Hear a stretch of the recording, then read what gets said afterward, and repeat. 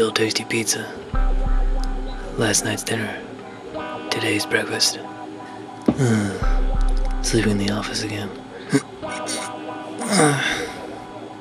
I should really pay up for a couch in this place.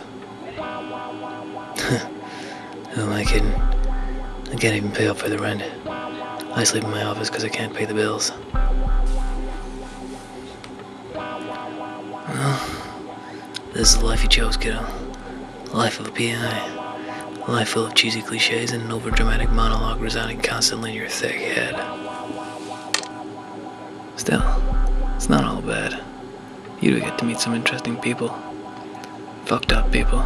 But then, if they weren't crazy, they wouldn't be interesting. In my current case, however, no such luck. I received the call a few days ago.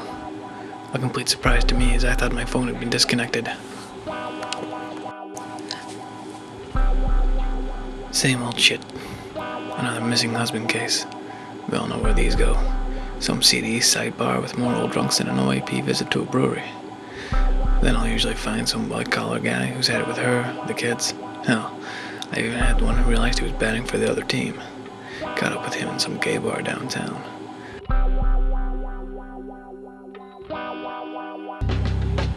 The missing husband died in police custody a few nights ago. The wife was devastated, naturally, but something told me she may not miss him too much. Could have been the forced tears she wept as I told her the bad news, or it may have been the fact that she was seeing someone else on the side.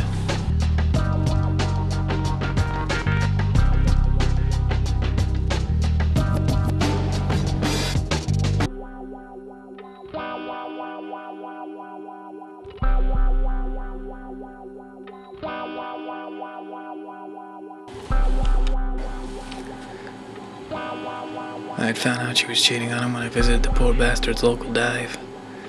He had came in that night. The barman had told me he was already pretty drunk and he wasn't looking for any more. He was looking for revenge, screaming about that cheating wife of his.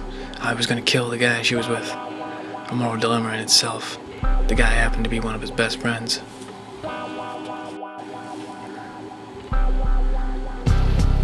As of yet, there was nothing really to link her to the murder. The cops say he died of a massive liver failure due to alcohol poisoning. They say he was out of control when they brought him in, and a night in the cells would sober him up. I said it's all a bit too neat and easy. There has to be something more. There always is.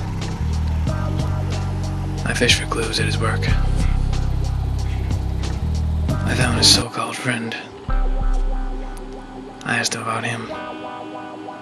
I asked him about her. I asked him about his friend, and that night, he wasn't very receptive to questioning. I decided to ask about somewhere else. Only one guy had anything to say. He told me about the relationship between the two friends. It was a strained one. Martin was always jealous of Dave. Dave was always one peg higher than he was, in everything he did. This guy knew all about the affair they were having. Martin loved having one up on Dave, but he wanted more, and so did she. This guy had seen them together the night before Dave died, my witness. He said Martin asked her to get a divorce and be with him. She wanted the money though, and there was no guarantee with the divorce. She wanted it all. Still, there's no proof, just motive. And the why isn't enough. I need the how to back it up. So I decided to go play a few games of pool. It's always a good way to clear out my thoughts, sort out those clues. I'm playing an old friend, a guy I've known all my life. We argue a lot and he's a heavy drinker, but he always comes through for me. Speaking of heavy drinking, let's think about Dave. What do we know about that night of his death? He was drunk.